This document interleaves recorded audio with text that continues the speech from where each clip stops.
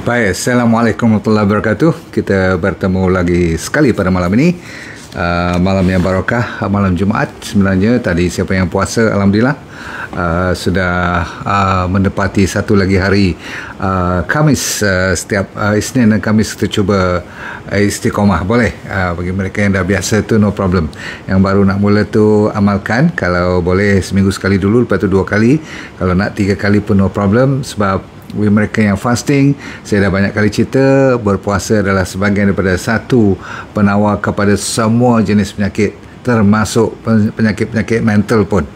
Bahkan untuk malam ni, penyakit gout, saya nak ingatkan sikit bagi mereka yang berpuasa, kalau terlalu tak cukup air, berhati-hati, dia boleh menyalakan balik gout anda. Sebab orang yang fasting, bukan fasting itu tak bagus, tapi you kena tahu kaitannya dengan berpuasa. Kita habis kad puasa tu dulu sebab takut saya lupa nanti. Bila kita berpuasa, kita kebaikannya ialah autophagy. Tahu autophagy? Autophagy ni mengambil balik protein-protein yang dah berkarat, yang dah bahan kumuhan, ataupun terutama sekali DNA yang dah nak orang kata apa, apoptosis maksudnya dah mati, nak dicuci semua tu, nak di recycle, nak clean up the place. Maka kadang-kadang uric acid tu pun meningkat pada waktu you berpuasa. Sebab tu you kena ambil sahur ataupun breakfast sebelum sahur tu, sebelum mulanya buka puasa tu, dengan seminimumnya air yang mencukupi. Faham? Kalaupun tak mau makan apa-apa, minum air secukupnya, kurang-kurang katakan 1 botol kecil tu. Apa tu, kadang-kadang kalau budak-budak muda tu dia tidur balik sekejap, kita yang dah dewasa bukan tidur balik terus sebab you nak tahajud nanti kan. Tapi selalunya kalau kita yang dah biasa-biasa tu, kita tahajud terus, lepas tu baru kita minum air, kan semua tu boleh kita buat. Sebab apa? Ada kaitan dengan gout. Kalau salah-salah puasa, terlalu kering badan, gout akan lebih menyala. Boleh? Itu sebagai bonus pengetahuan. Saya pun tak tahu yang puasa boleh meningkatkan gout. Saya ingatkan puasa tu mengurangkan gout, tetapi ada kaitan dengan air. Kalau air mencukupi, puasa is again the best untuk penyakit gout pun. Faham Okey. Kita mulakan. Bismillahirrahmanirrahim. Assalamualaikum warahmatullahi wabarakatuh. Terima kasih kerana sudi join. Siapa yang sudi tekan like and share, dan love kepada semua masyarakat yang tengah mengikuti program kita pada malam ini. Seperti biasa, kita kongsikan satu lagi pengalaman terbaru saya. Maklum sajalah, saya antara orang yang memang peminat gout. Sebab kita, siapa-siapa yang berminat tentang sesuatu penyakit, anda dah tahulah, dia tu memang bukan kata peminat sebab dia minat sakit. Siapa yang minat sakit kan? Tapi sebab dia melalui proses gout. Dan gout ni jarang-jarang dia boleh baik dalam masa 1 tahun atau 2 tahun, kecuali kalau awal-awal lagi you dah benteraskan dia. Tapi kalau terlambat, kalau dia dah hinggap. Dan malam ni juga kita terus cerita apa itu gout untuk permulaan mukadimah, iaitu ramai juga yang tak tahu sebenarnya gout adalah disebabkan oleh uric acid yang berlebihan dalam badan kita, dan dia tak tahu mana tak nak pergi, dan dia suka selalunya, seringkali kalau ambil 10 orang, dia selalunya suka kat sebelah ibu-ibu jari, terutama sekali ibu jari kaki lah kan. Dan di big toe tu terutama sekali, dia cukup suka kawasan tu. Kalau tak kena yang jari nombor 1, kalau dia miss, dia pergi yang nombor 2, nombor 3. Macam saya tu kena nombor 3 dan nombor 4, dan kadang-kadang dia main balik nombor 2 pula. Dia tak main kat big toe. Lain orang lain, setengah orang tu di bawah, orang kata apa, pelipat-pelipat siku pun boleh, ataupun kadang-kadang dia pergi ke ankle pun boleh. Setengah orang sampai ke lutut, setengah orang jari-jari ni habis kekot-kekot semua. Siapa yang tulis-tulis kat sini, cuba cerita sikit. Ada sesiapa, tadi ada abang ipar lah, ada suami lah yang sakit gout gila-gila. Dia kata orang lelaki lebih pada orang perempuan katanya, tetapi orang perempuan pun boleh kena.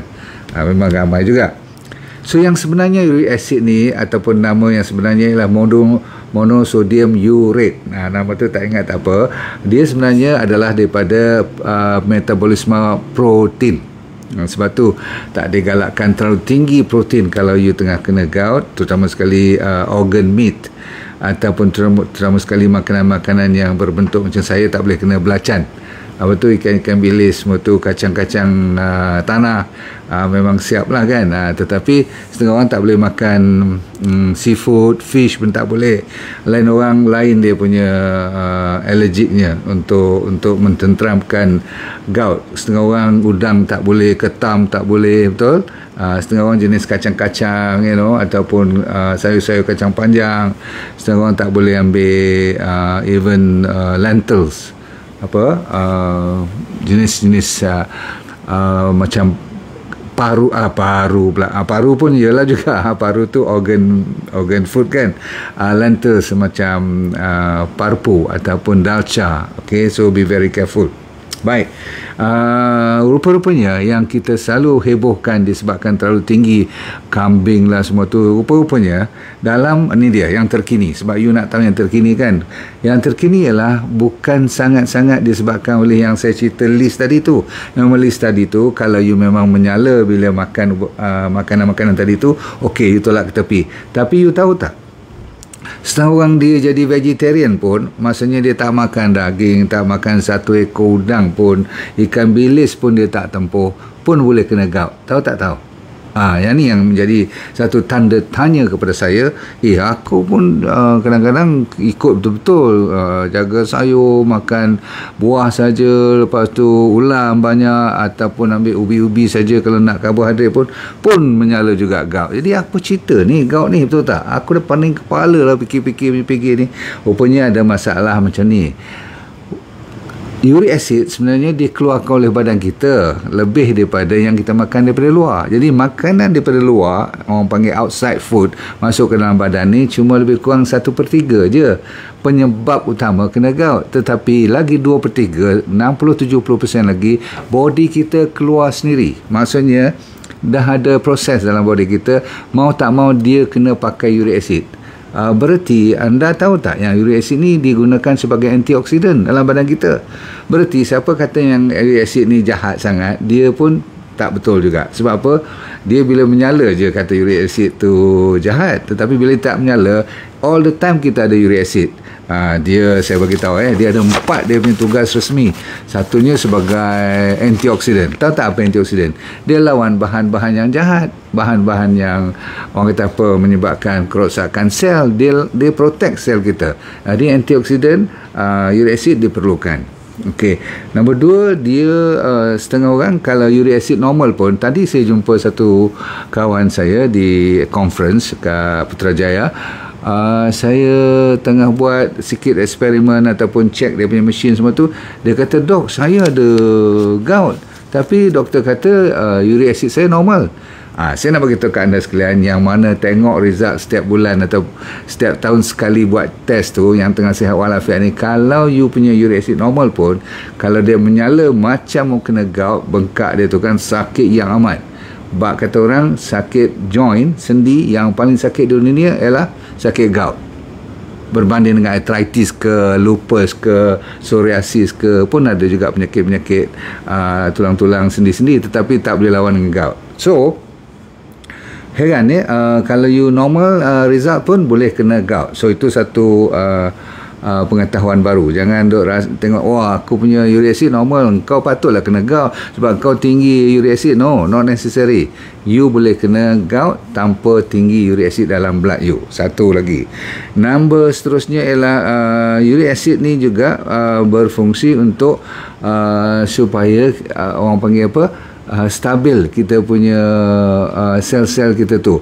Dia punya immune system boleh digandingkan dengan uric acid. Kalau uric acid tu tidak mengamuk, maksudnya tidak berterabur sangat-sangat, saat naik saat turun semua, immune system pun akan tidak terganggu.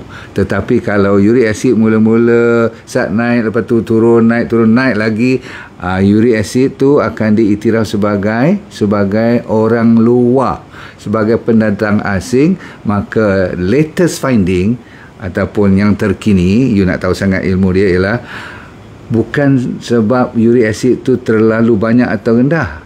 tetapi dia disebabkan immune system kita nampak uric acid tu macam orang luar, maka dia attack.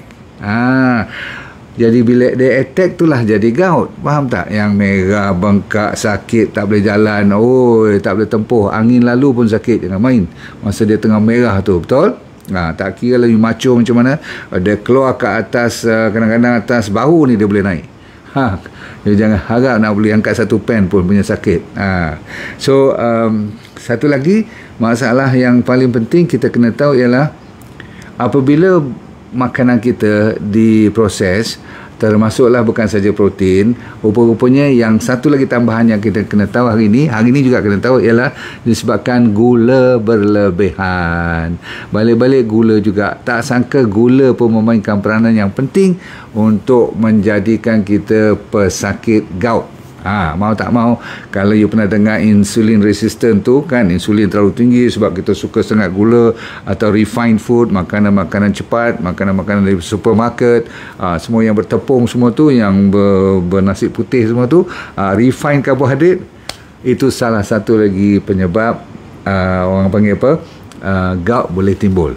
Jadi isu cuma daging disalahkan sudah ketinggalan. Saya ulang, dulu kita cuma kata daging, bahan-bahan yang kan betul lah, organ-organ ataupun seafood ataupun kacang-kacang semua ni. Sekarang kalau you balik pada cerita macam kena diabetes, you boleh kena gout. Sebab tu orang diabetes, pesakit diabetes lebih ramai yang kena gout daripada orang-orang biasa.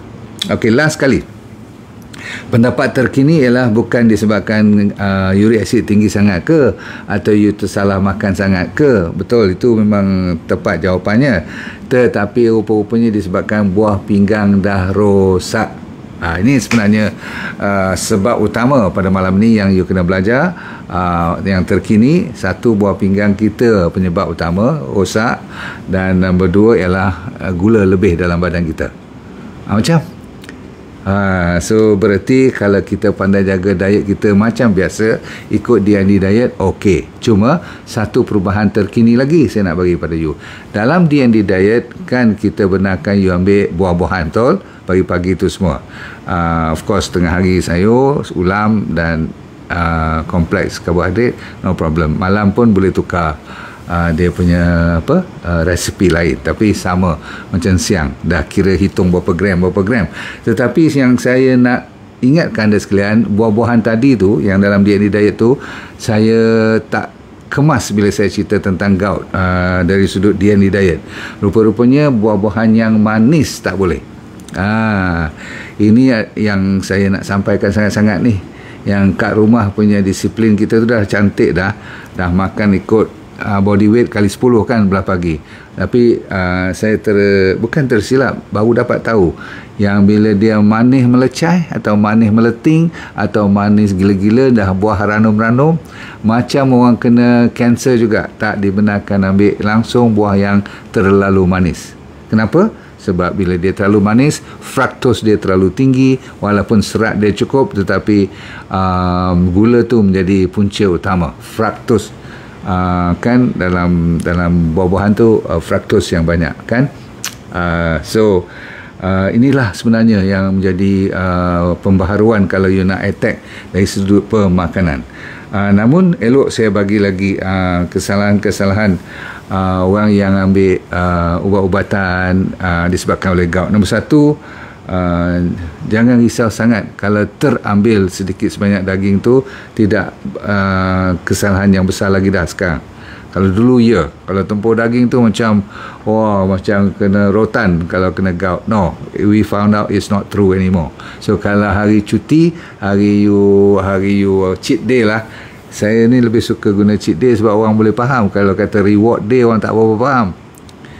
Tak tahulah kenapa orang suka perkataan yang negatif. Cheat day, okey, cheat day memang pun tapi sebenarnya bukan cheat lagi, dah dibenarkan. Kan saya kata apa, telur ataupun kalau you tak alergik pada ikan, silakan. Sebab apa? Kita masih perlukan vitamin B12 daripada sana. 5 hari disiplin. Jus masih lagi saya orang question, apa tu, orang persoalkan Saya dah jaga betul, ambil salary semua tak baik-baik juga, tapi no, you kena berterusan. Sebab saya dah kata tadi, tak semua orang gout tu boleh baik serta-merta, maka setengah orang kena banyak bersabar. So jus-jus seperti apa, cherry, pernah dengar kan, buah cherry, ya satu lagi buah lemon, jus lemon yang fresh, sebab kita nak banyak vitamin C kan, kita nak citric acid tu supaya dia boleh mengoksidaiskan dan menjadikan lemon yang acidic tu bila masuk dalam dia jadi alkaline, sebab kita nak body kita alkaline. Dalam masa dia menyala tu tak boleh dia acidic lagi kan. Okey, lagi jus yang saya recommend dulu celery lah, dan kalau you masih ingat barley masih bagus. Sekurang-kurangnya kalau lambat dia nak turun uric acid, dia masih lagi boleh membantu menjaga buah pinggang. Ingat, salah satu punca utama malam ni ceritanya buah pinggang dengan gula.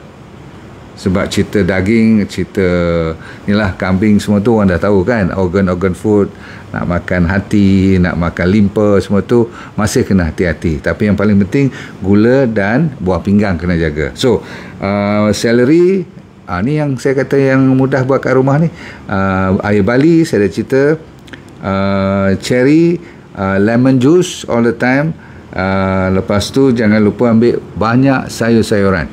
Sebab dua lagi bahan yang kita kena ambil, mineral yang paling penting untuk memperbaiki gout di rumah. Lebih tepat saya kata magnesium dan potasium. Tapi itu kadang-kadang you nak pergi ambil suplemen. Kalau you ambil sayur-sayuran, buah-buahan yang tak manis tadi, tapi lebih-lebih lagi ulam-ulaman tu, maka you tak perlu ambil banyak daripada farmasi lagi dah.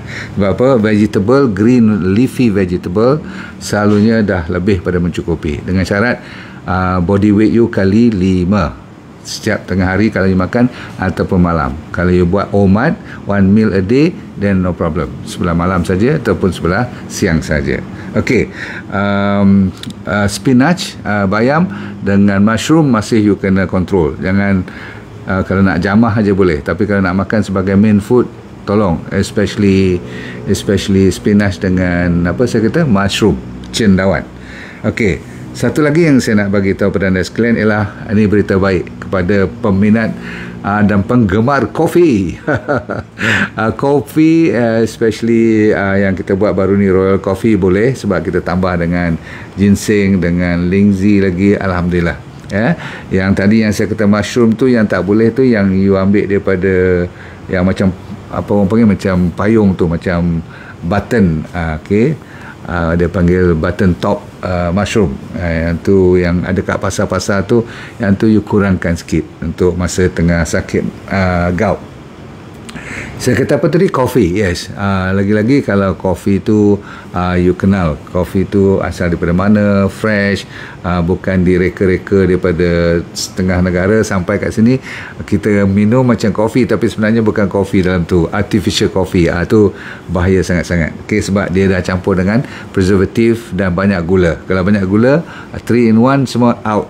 Saya ulang, all instant food out. Tak kira kopi ataupun makanan-makanan fast, Maggi mee ke, Indomie ke, apa, semua out.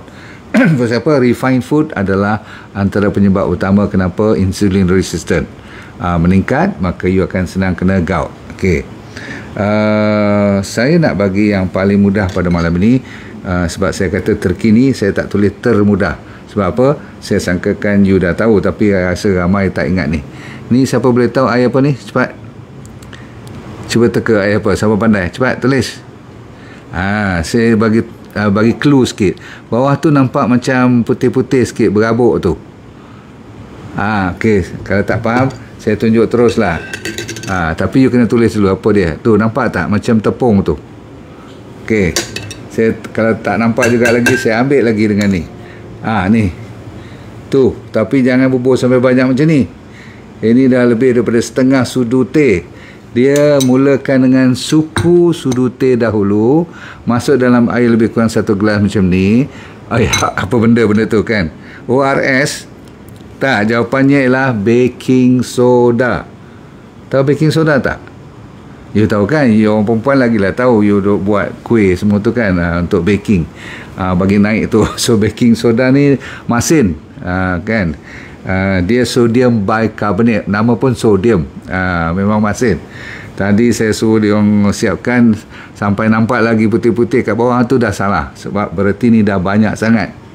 Dia kalau banyak sangat nanti rosak gigi you. Jangan terlalu alkaline. Okay, dia nak, tujuannya apa? Tujuannya ialah untuk mengalkalinkan body kita. Kan saya kata salah satu cara untuk mententeramkan gout ialah dengan menjadikan body kita sedikit alkaline. Tak boleh terlalu alkaline.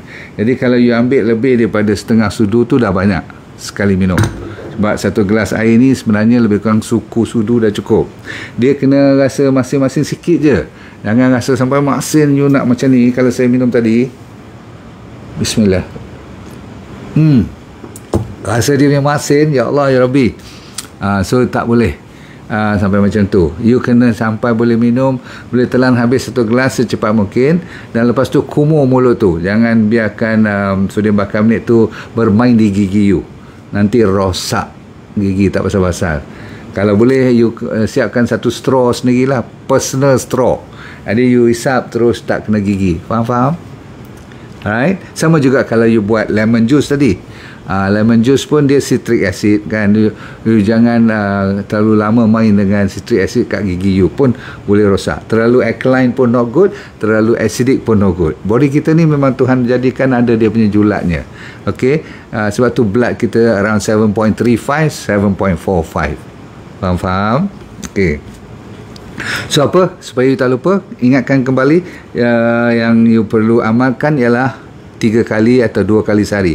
Tengok you punya gout tu betapa menyala, betapa merah panasnya tu. So you boleh letakkan lebih kurang suku sudu ni, okay, baking soda masuk dalam air 1 gelas lebih kurang 200 ml. Minum, habis. Nanti tengah hari you buat lagi sekali, minum, lepas tu malam lagi sekali kalau dia teruk. Kalau tak teruk 2 kali sehari. Kalau you tak nak maintain aja, maksudnya dah tak attack lama sangat, you masih boleh minum sehari sekali. Empty stomach, perut kosong. Jangan dekat dengan makanan at least 1 hour before atau at least 2 hours after, selepas makan. Boleh ingat tak? You bagi tahu kat kawan-kawan you nanti tahu. Sebab yang ni antara rawatan orang panggil first line. Dia kan penyakit pun kalau macam ambil antibiotik, kita tak bagi yang strong, kita bagi yang ringan dulu. Lepas tu baru kita bagi yang orang panggil yang betul-betul generasi yang latest kononnya, yang terkuat power. So yang ni yang paling mudah dan paling simple dan paling efektif sebenarnya. Cuma orang tak ambil pot lah sebab nampak mudah sangat, macam buat air garam je, but it works, okay? Bagi mereka yang baru ataupun gout yang tak seserius mana. Okay. Tetapi kalau yang dah serius pun memang you kena sambung ambil baking soda. Cuma mungkin tak cukup dengan baking soda saja. You boleh tukar dengan, tadi saya kata apa, campur dengan kopi pun boleh, campur dengan celery, barley, cherry, lemon juice, banyakkan sayur-sayuran. Dan saya kata fasting, walaupun kalau you tak cukup air, itu saja yang kena you risau. Lain pada tu you terus berpuasa. Okey, apa lagi? Celery saya dah cerita, sodium bicarbonate. Oh, satu lagi, kalau you ada kesempatan, you lalu kat farmasi mana-mana, tanya kat kedai tu ada tak potassium citrate. Selain daripada baking soda, sodium bicarbonate, yang lebih abdal namanya ialah potassium citrate. Saya ulang, potassium citrate, citrate, potassium citrate. Boleh ingat? You ambil tu menggantikan sodium bicarbonate. Maklum sajalah, sodium bicarbonate ni kan dia macam kampung sikit. Potassium citrate tu macam advance sikit, tapi konsepnya sama, untuk mengalkalinekan body kita. Baik, sekarang katakan tak baik juga lagi, apa yang nak buat? Maklum sajalah yang cerita ni sebab dia berpengalaman, sebab tu dia tahu yang ni semua orang kata apa, kacang putih lah. If it works, kira bersyukur sangatlah. Kalau dia dah menghasilkan jawapan, cun, kira you minor, you simple gout. Saya suruh selalu tambah D3K2. Yang ni adalah kebaikannya untuk membetulkan kalsium. Kan bila kita ada uric acid ni, dia berbentuk kadang-kadang boleh calcified juga, kadang-kadang dia berkombinasi dengan kalsium lagi teruk pula. So D3 dengan K2, terutama sekali K2 wajib, jangan you kata berganding dengan D3, K2 tak important. K2 dalam soal gout lebih mustahak, ataupun orang kata apa, wajib ada dalam gandingannya dengan D3. Dan D3 tak boleh ambil sikit. Untuk penyakit gout minimum 10,000 international unit. So kalau you ambil Santera tu at least 3 sachet pagi, 3 sachet petang. You langgar betul-betul, baru dia lega. Besok you turun 2 sachet pagi, 2 sachet petang. Faham kan? Ataupun bila dah baik besok, 1 pagi 1 malam. Itu dipanggil sachet dari sudut Santera yang ada D3K2. Lepas tu of course you kena kombinasi dengan DND 369, apa dipanggil, Sacha Inchi Oil. Semua ni lawan radangan, termasuk D3 K2 tadi dengan Sacha Inchi Oil. Baik, satu lagi jawapan saya lah, katakan you dah buat semua ni, masih lagi tak mau dengar cakap. Apa yang nak buat? Cepat. Kalau siapa yang overweight, saya lupa nak beritahu, tolong kuruskan badan. Because selagi mana you tak kurangkan obesity, fat you tu, dia fatty body, badan yang gemuk juga menyebabkan gout susah nak baik. Saya bagi lagi apa yang susah nak baik. Kalau you suka makan benda bergoreng, daripada kacang-kacang bijirin, kan, kacang canola, soya, apalagi kacang sunflower, kacang-kacang seperti cotton cotton oil, kan, so cotton seed oil tu kan, so kena jaga-jaga. Maksudnya trans fat lah, yang selalu saya sebutkan, yang selalu kita rajin recycle semua tu is out, kalau nak baik cepat. Fructose, apa saja yang ada gula, ada fructose out. Fruit juices tak boleh. High fructose corn syrup, kalau belakang label ada je, baling jauh-jauh. Okey. Lepas tu bijirin-bijirin yang berbentuk semua yang dah polish, seperti beras putih ataupun gandum-gandum yang dah tak original, dah tak organik, semua tu tolak ke tepi. Okey. Dan coffee set. Dan last kali penutup pada malam ni, cukup dengan waktu kita, ialah RX9 dengan RX10. Terkenal sangat. Saya tak cerita awal-awal sebab yang ni yang orang kata apa, last resort. Last resort ni maksudnya kalau yang lain semua dah tak baik, alhamdulillah lah Tuhan bagi rezeki kat saya, sebab saya dah peringkat yang kena ambil yang RX9, RX10. Sebab apa, walaupun dia tu kadang-kadang memang herba yang paling kuat, dan kadang-kadang bila orang tak biasa, bila dia makan minggu pertama tu, dia macam jadi suka makan, dia lapar. Itu sebahagian daripada side effect, bukan side effect, orang kata berkesan panas daripada herba-herba ni. So you banyak sabar, kena kontrol, jangan makan banyak sangat. Tapi you punya kaki, tangan yang bengkak, tak boleh semayang semua, Masya Allah. Inilah rasa leganya. Lepas tu you boleh kontrol dia punya medication tu. Dia bukan ubat, saya tak patut guna perkataan medication, supplement ni. Sebab herba-herba ni pelajarannya amat jauh dan amat lama, mengambil waktu sampai agak 9 tahun. Tahun ke-10 baru saya jumpa. Tuhan nak duga, dahsyat. Setelah ambil berbagai jenis, sehingga kan saya pernah cerita, mungkin orang baru tak pernah dengar, ada 12 jarum yang panjangnya lebih kurang 5 inci. Tak salah saya, 5 inci. Saya masih ingat lagi, gambar video tu pun saya ada. Dicucuk di belakang saya ni, di tulang belakang kiri kanan, dibakar saya punya nerve, sebab saya tak tahan sangat. Lutut saya dan kaki saya dah begitu bengkak, dan bila dia attack tu sampai saya tak boleh bergerak langsung. Dan saya rasa saya masih lagi boleh memberi manfaat kepada kawan-kawan kita macam anda semua kan. Sedih sangatlah. So saya terbang terus pergi ke Jakarta. Masa tu buatnya di Jakarta, sebab katanya expert ni boleh cucuk sampai 2 hari 3 hari masuk, habis dekat duit saya dekat 30,000 lebih ringgit. Sanggup bayar, sebab private kan, praktis ni kita orang sakit kan, apa orang cakap kita buat. You rasa baik tak? Kalau dah bakar pun tak baik, berarti bayangkan gout ni bakar apa sebenarnya tu? Bakar pangkal nerve daripada tulang ni. Pasal apa nak cucuk kat belakang? Rupa-rupanya sebab saraf yang menyampaikan sakit tak sakit lutut dan kaki saya tu rupa-rupanya nak dibakar daripada atas.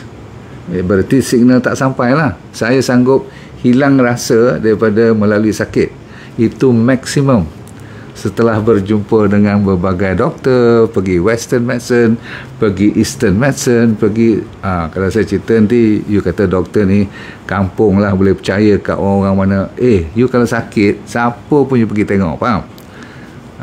Tak maulah cerita saya pernah pergi sampai ke Kuala Ketil tu ke dalam hutan orang asli ke orang-orang celah-celah pokok getah ni yang main. Jadi tuan-tuan sekalian, anda tak perlu go through all that. Saya dah jumpa di hutan Belum, Perak, Kelantan tu kan, di kawasan tu. Cantik tempatnya. Orang-orangnya baik hati, sanggup share dia punya knowledge, herba-herba daripada hutan. Masya Allah. Tuhan tu memang kaya lah. Sebab kalau saya tak kena gout macam ni, saya rasa saya dah lupa diri balik. Sebab dulu masa kanser pun sekali dulu dah lupa diri juga kan. Bila kena kali kedua baru sedar diri. So hari ni saya berani kata setiap penyakit tu ada ubatnya. Cuma kita jumpa tak jumpa, dengan izin Allah semuanya. Baik, bismillahirrahmanirrahim. Lagi sekali saya syukur sangat malam ni dapat bertemu dengan anda berkali-kali. Setiap malam itu merupakan satu anugerah pada saya, dan saya mengharapkan you sudi kongsi. Itu saja yang saya minta dengan kawan-kawan kita yang kat luar. Okey, jumpa lagi supaya hidup anda sentiasa bahagia di dunia, akhirat syurga, dan let go and feel good all the time. Bye.